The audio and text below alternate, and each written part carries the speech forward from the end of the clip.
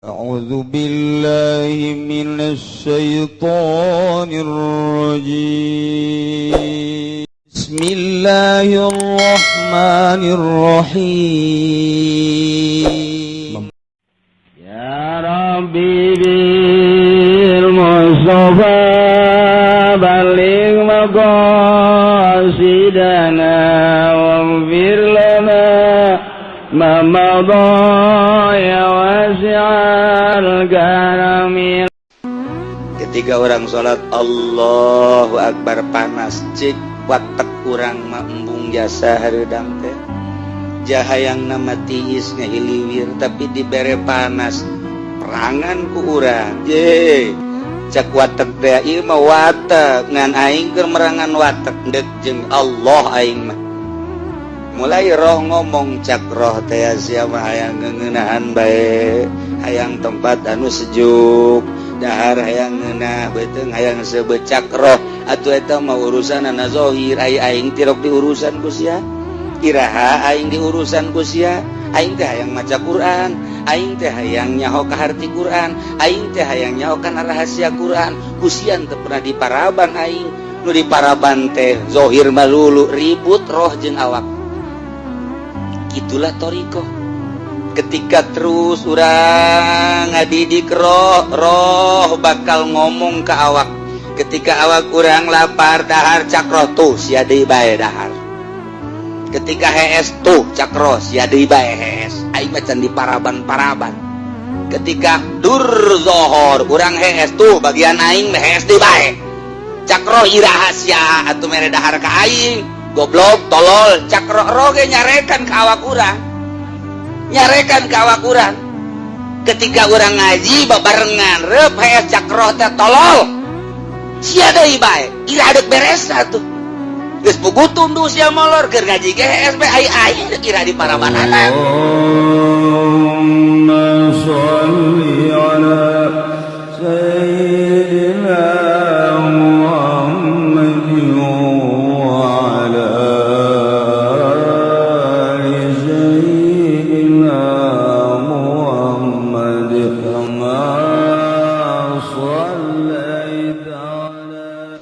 nyaritakeun sifat bareng urang mah hese sebab ieu mah lain kudu dibicarakeun tapi ieu mah kudu dirasakeun okos urang boga kabogoh eta kabogoh nempel di hate urang jadi aya bae tadi hate teu daek poho-poho kacipta ku urang biwirna irung hunung sagalana aya di jero hate okos kuari resep kana cincin eta cincin ka bawa salat aduh luar biasa mun teu batal mah bari salat ge ngagosokan cincin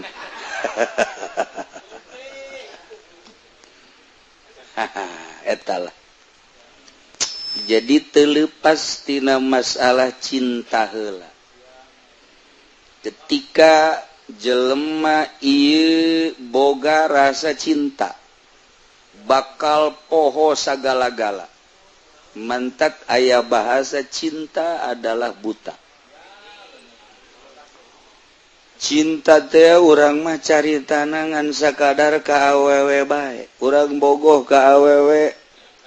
di belah kidul sedengkeun mun urang dekat ditu ngaliwatan kuburan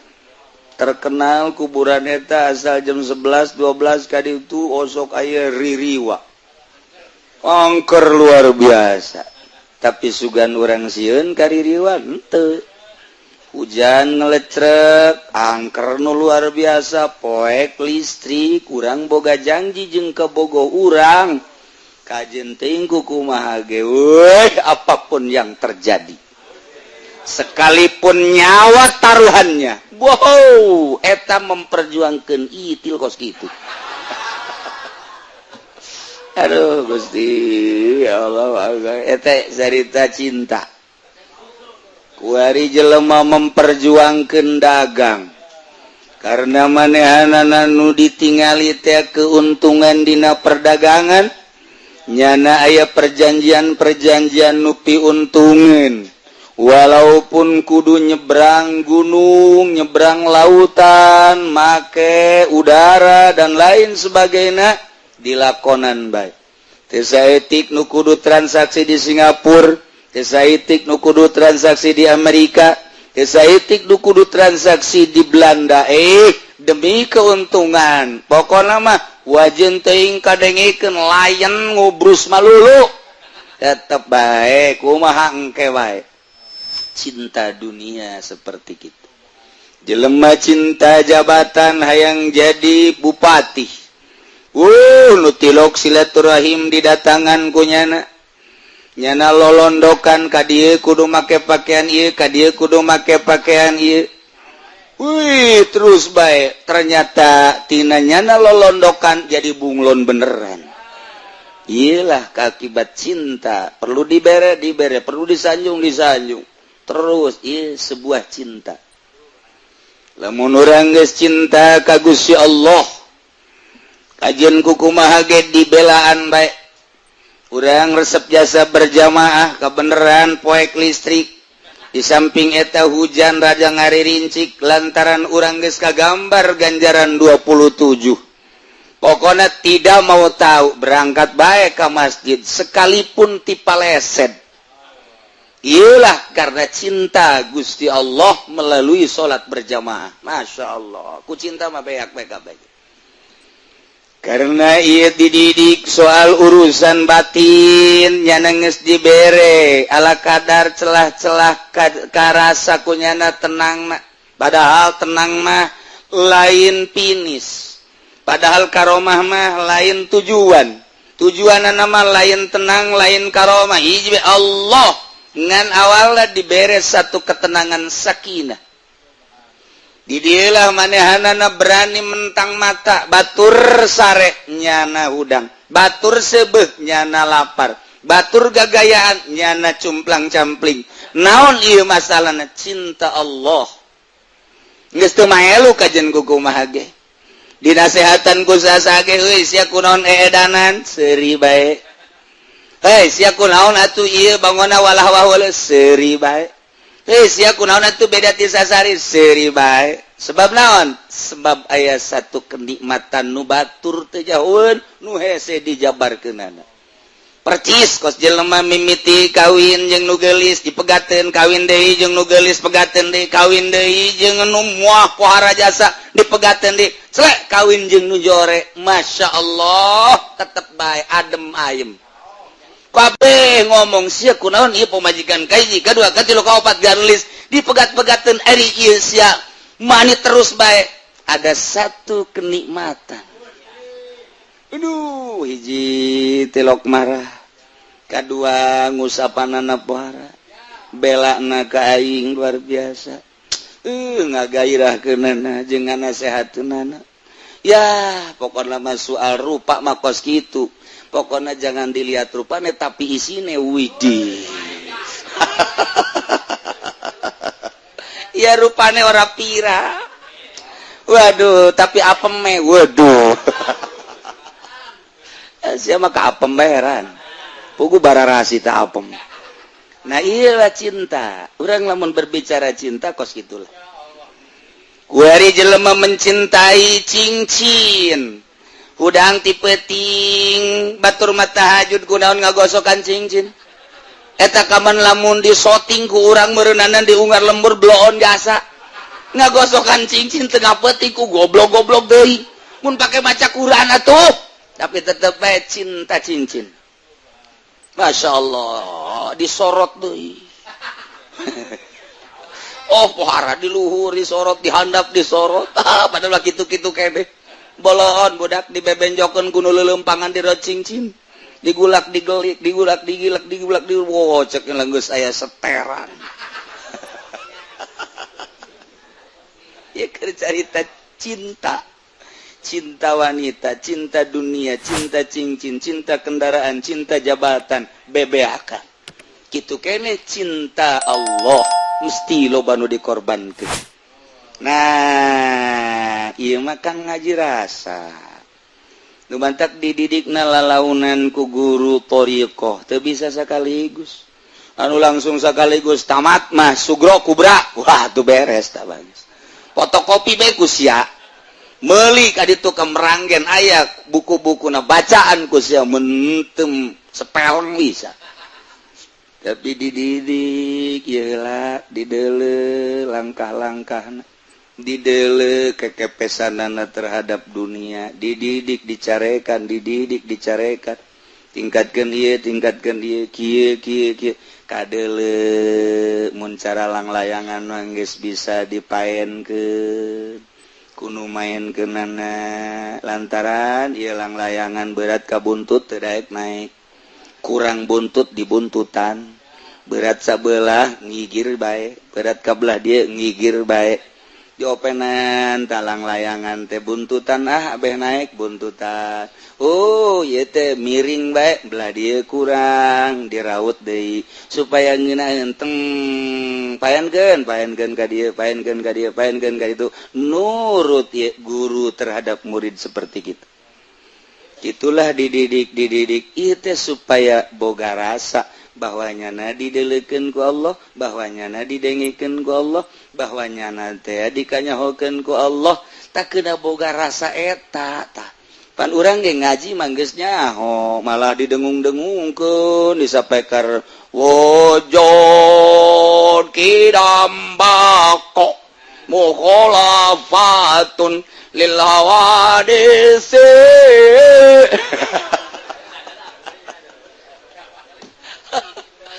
Aduh, masya Allah. Tapi kalakuan anak kos tengah ngerti karena wujud kiram bako aja. Wayang ngeridit baik. Wayang main bola di TV terus baik. Hei, ai isya kaunuhu aliman samian basirona mana? Ai dina bahasa peker mah pohara jasa. Diberjamaah gon kunyano. Ceramah bisaan jasa. Saudara-saudara sekalian, MZ mah eleh. Ngamata eleh geus paeh kan MZ na. Tapi kalakuan kos adu teu ngarti, lawan tak teu boga rasa. Ieu mah dek dididik rasa supaya ngeunah anu luar biasa maca Quran teh nikmat, zikir teh ngeunah, maca sholawat teh nikmat, ngeunaheun tafakur teh geunaheun. Sakumaha tadi urang salat Allahu Akbar. Kemudian ayat tah kuari reungit. Urang lamun teu ngarti bahwa urang keur jeung Allah eleh kuda mah sesepak war cakna mah teu batal. Tapi kulantaran urang ngaji tauhid aing nangtung nang Allah, reungit ge hiber nang Allah. Ketika reungit jocok ka aing nyocokna eta meunang Allah. Geus bae nafsu aing teh embungeun digegel reungit ngan aing keur dicoba ku Gusti Allah. Baik-baik besi aya reungit meureunanan ieu reungit teu boga parab di mamana meureun parabnyana teh kudu di aing. Nangatur Allah meureunanan nyana supaya sebeuheun di aing nyanggakeun sadaya-daya Gusti abdi mah keur ka Gusti lain salat tungtungna mah ngobrol jeung reungit. Eta mah jam penjabaran. Matak ieu mah rasa hese dijabarkeunana. Ketika orang salat Allahu Akbar panas cik watek urang mah embung jasa hareudang teh jahayangna mah tiis ngahiliwir tapi dibere panas perangan ku urang je cak watek teh ieu mah watek ngan aing keur merangan watek deuk jeung Allah aing mah mulai roh ngomong cak roh teh sia mah hayang ngeunahan bae hayang tempat anu sejuk dahar hayang ngeunah beuteung hayang sebecak roh atuh eta mah urusanna zahir aing tirok diurusan ku sia iraha aing diurusan ku sia aing teh hayang maca Quran aing teh hayang nyaho ka harti Quran aing teh hayang nyaho kana rahasia Quran ku sia teu pernah diparaban aing nu diparaban teh zahir mah lulu ribut roh jeung awak kitulah thariqah. Ketika terus urang ngadidik roh bakal ngomong ke awak. Ketika awak urang lapar dahar cak roh tuh sia deui bae dahar. ketika hees tuh cakro sia deui bae hees aing mah can di paraban ketika dur zohor urang hees tuh bagian aing mah hees deui bae cakro iraha sia atuh mere dahar ka aing goblok tolol cakro roge nyarekan ka awak urang ketika urang ngaji babarengan reup hees cakro teh tolol sia deui bae ira deuk beresna tuh geus pugutum tuh sia molor keur ngaji ge hees bae ai deuk ira di parabanana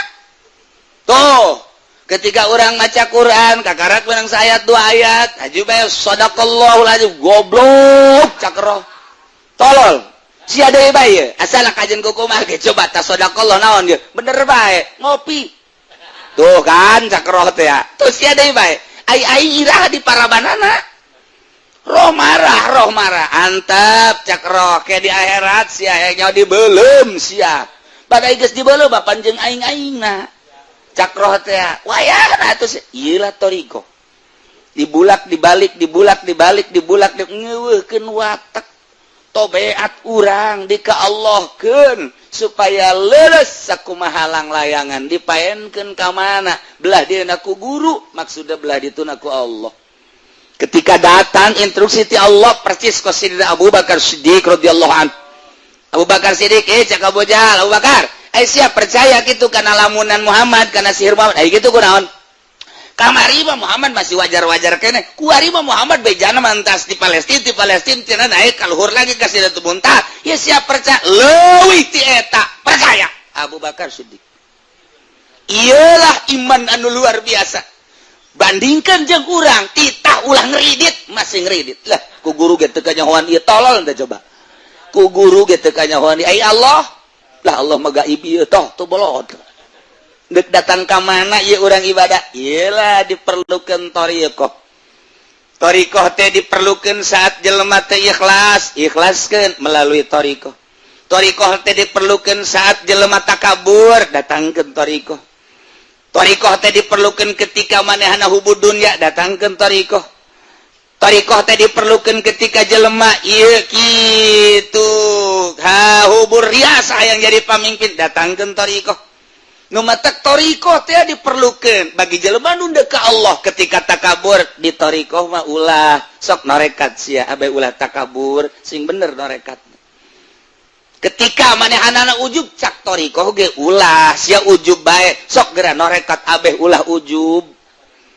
sok geura maneh teh hubul dunya be datangkeun thariqah abeh thariqah teh ngabasmi tentang hubul mal hubul jah hubul riasah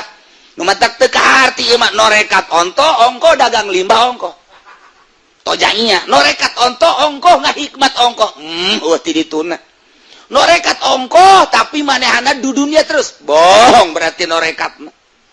tah ieulah diperlukeun thariqah mulai dibersihan melalui lelembutan abeh main lelembutan urang aya latifatul qalbi lelembutan qalbi latifatur ruh lelembutan ruh latifatul sir lelembutan sir latifatul kopi lelembutan kopi dan selanjutnya lamun geus rapi lelembutan lah nu main lamun lelembutan geus main mantep jasa duh asana aing bogoh kasar witi lelembutan main tangaranna cinta datang teh mah lelembutan juri gatuh ku situ mah lelembutanna ka Allah lantaran geus diberesan engke dibere firasatul mukmin awas adaku firasah seorang mukmin leuwih tajam tibatan pedang ngetek sing hade ka firasatul mukmin bantak mentalah petunjuk ke ahli firasah nah ku ari mah ahli firasah mah ge ahli firasah nah mulai kuari dididik lalaunan perlu puasa perlu henteu nu penting mah eta we kurang zikir tafakur muraqabah di saat-saat anu ditentukeun ku guru kemudian atuh zikirna don khidmah dan lain sebagainya mulai kuari rada beda ngeunaheun sih dibere ku Allah eta teh geus rahasia hese nyaritakeunana kok lain deui sih rada muringkak bulu asal zikir be muringkak bulu buah aya jurig henteu muringkak buluna lain ieu mah sabulu-bulu kumaha diberena bae ku Allah kuari asa aya bae teh Allah di dieu teh asa bareng bae jeung Allah mulai tah dengan sendirinya ulah boga kahayang bareng jeung Allah tapi engke ketika dibere ngarasakeun sorangan urang mah ibadah bae ulah hayang babarengan jeung Allah mun hayang bakar kahayal ai hayalan mah tuh lain rasa tah mah hayalan ngaran ibadah sesuai jeung aturanana kieu lah dibere jeung henteu urusan Allah. Nah kuari kaget jelema lamun ibadah bae terus mulai kok aya kos kieuan dibere kaget ku Allah dibere kok aya kos kieu penasaran nya timbullah penasaran di mana datangna teu nyaho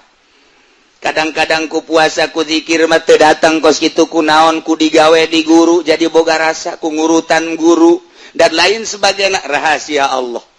sebab diberena ketika dinolkeun ulah ayana naon ulah hayangna naon naon di jero hate maksud urang Allah geus maha uninga aing leuwih nyaho ka maksud sia dibere tet mahal mulailah didinya berbeda jeung batur embung bakalna jeung jelema teh dibere embung bae pokoknya ditanya embung bareng embung hayang sorangan bae mulai mata jelalatan let eueuh deui atawa denge aya suara makhluk anu kurang dinikmati eueuh deui atawa aya nu perlu disampeurkeun urang teh lantaran muasyarat teu bisa ngajaga eta eueuh deui tidinya lah deuk didatangkeun deui hesena luar biasa lantaran ti mana datangna jeung kumaha eta mah lain pakasaban urang ja urang mah ngan sakadar ibadah doang dibere eta mah hese diusahakeun kurang hayang eta deui Gusti teu bisa tah urusan Gusti abdi keur harita dibere teh keur kumaha karah teu bisa bae kajen kumaha ge mulai deui di nol-nolkeun deui nu eta teh ka mana kok ngeunaheun amat nikmat amat hese mungkin saminggu mungkin sabulan mungkin satahun eta mah kumaha Allah bae ngan urang pernah dibere rasa penasaran hayang kadinya bae ulah waka ka Allah hayang ka eta bae terasa eta engke satu saat ketika urang keur nol deui dibere mungkin rada kebelan tinu kamari terus tak eta teh embung ngadengikeun suara embung bareng jeung hayang ngonci maneh ulah kaget lamun jelema ngonci maneh di jero kamar eta teh keur ngahayal hayang apansa nah ieu rasana kuari langsung ibadah terus kamari aya ahlul farqi palmaiyah inda ahlil farqi al ilmu wal ihatah wa inda ahlil jami azat wa sifat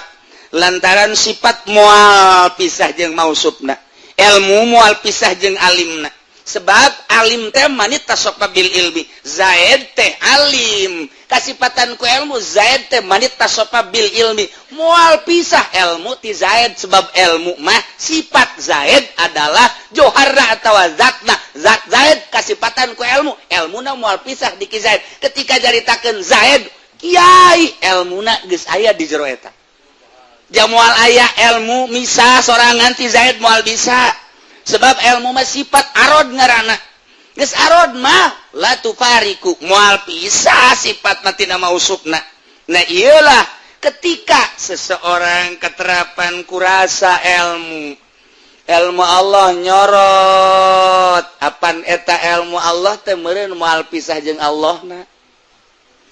kuari urang boga rasa kadeuleu kanyahoan ku Allah aing ye cek Allah sia di gunung aing aya sia di leuweung aing aya sia di laut aing aya sia di kota aing aya sia di luhur gunung aing nyaho sia di leuweung aing nyaho sia di laut aing nyaho sia di kota aing nyaho sia di lembur aing nyaho peuting aing nyaho beurang aing nyaho di nu loba jelema aing nyaho di nu sorangan aing nyaho berarti urang kanyahoan bae ku Allah ilmu Allah teh ngalimpudan urang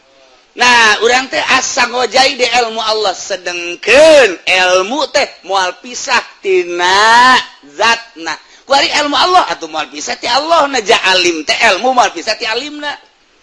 berarti atuh urang teh keur babarengan dina ilmu Allah rasa urang babarengan jeung Allah berarti nah ieu keur carita dua macem inda ahlil farqi urang asa ka ihatah ku ilmu Allah ketika orang jadi ahlul jam'i orang babarenganna jeung Allah melalui ilmu teh tadi. Nah nu mantak dauhan Allah mayakunu min najwa salasah illa huwa rabi'uhum. Urang lamun kertiluan Allah nu kaopat da selalu bareng, berarti selalu bareng. Wala khamsatin illa huwa sadisum, urang limaan Allah nu kagenepna berarti selalu aya. Wala adna urang kaopat Allah kalimana, urang katilu Allah kaopat da min zalik. Wala aksar illa huwa mahum. Urang 10-an Allah ka 11, urang 1000-an Allah teh nu ka 1000 hijina, urang 1 jutaan Allah nu ka 1 juta hijina. Dina harti teh selalu bareng jeung sahabat. Urang sorangan Allah ka 2, urang 5-an Allah ka 6. Teu pernah bareng, teu bareng. Terus bae berarti urang isin tidinya. Nah, nu mantap ku ari kieu. Lantaran terus-terusan aina makanu di mana bae urang ayana.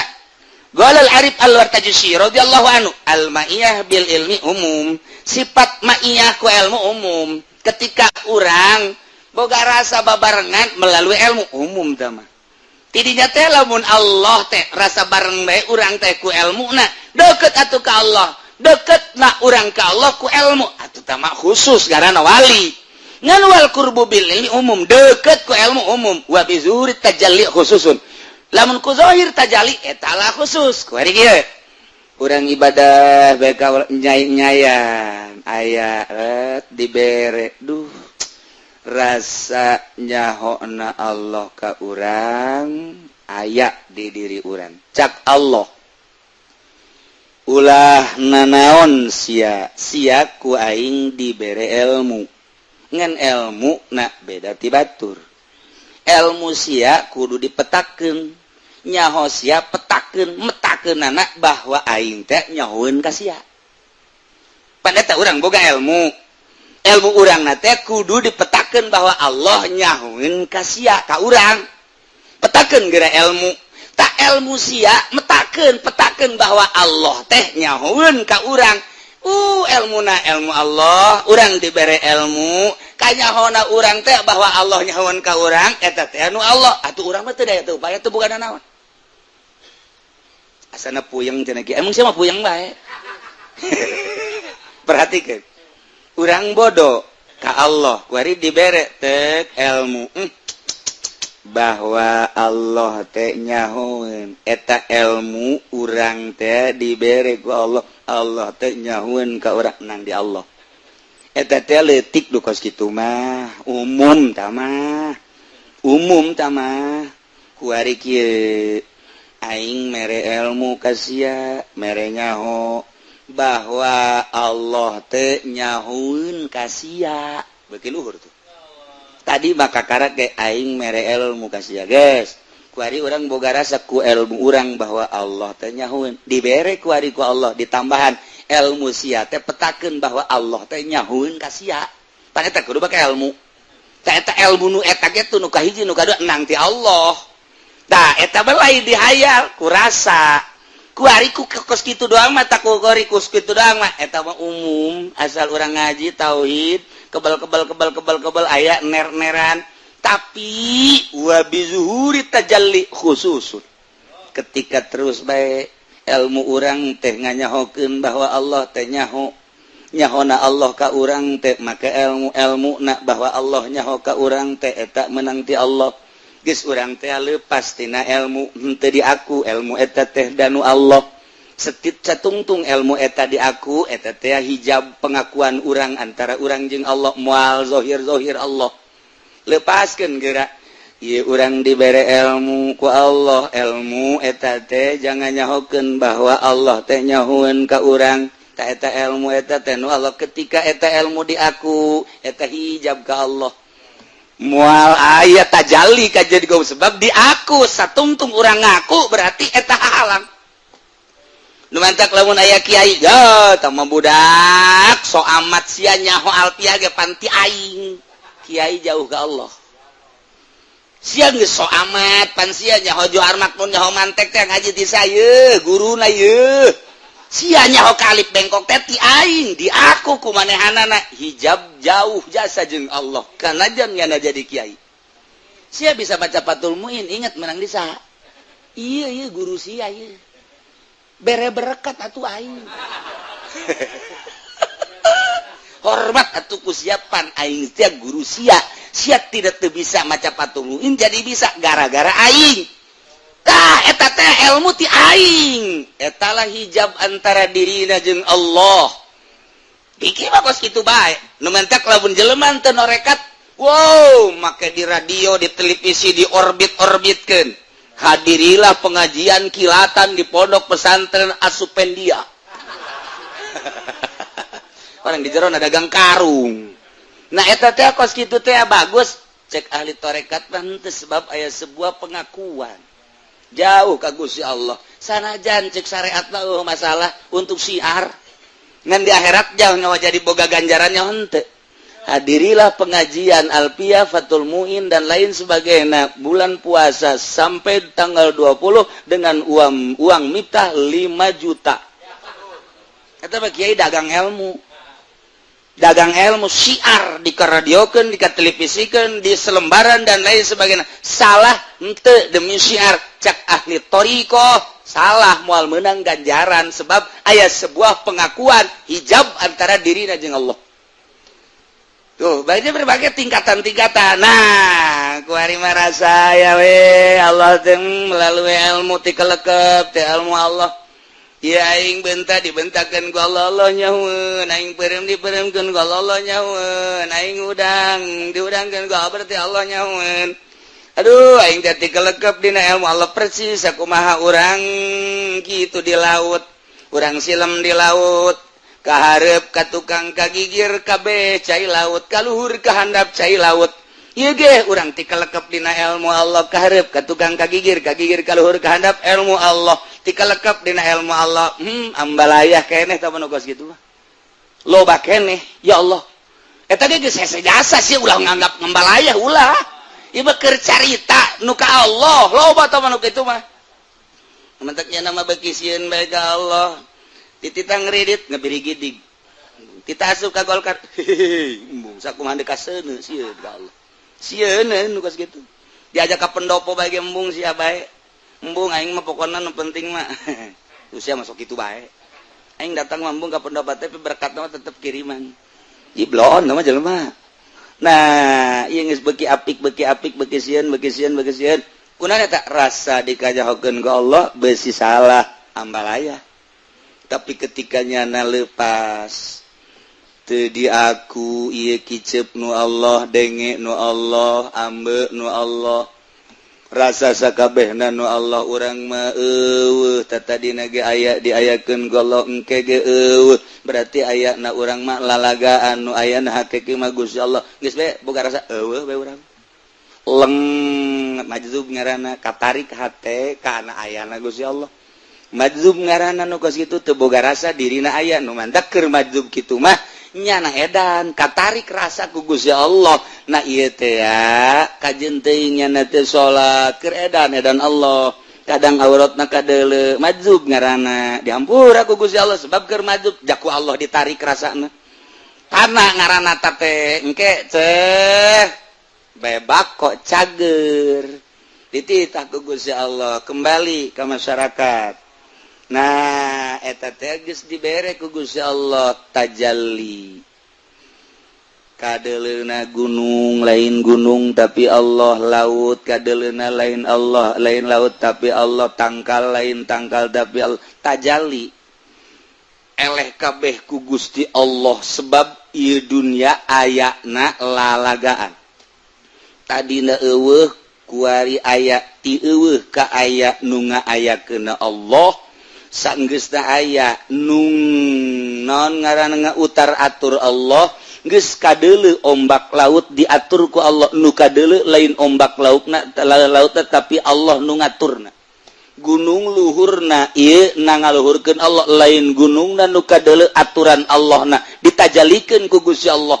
geus kabeh nu kadeuleu teh ieu teh lain dunya tapi nu nyieun dunya ti eueuh ka aya ti aya ke eueuh deui berarti ieu mah lalagaan percis kos kalangkang bae nu aya ke mah Allah ditajalikeun ku Gusti Allah blak ieu lah nu hese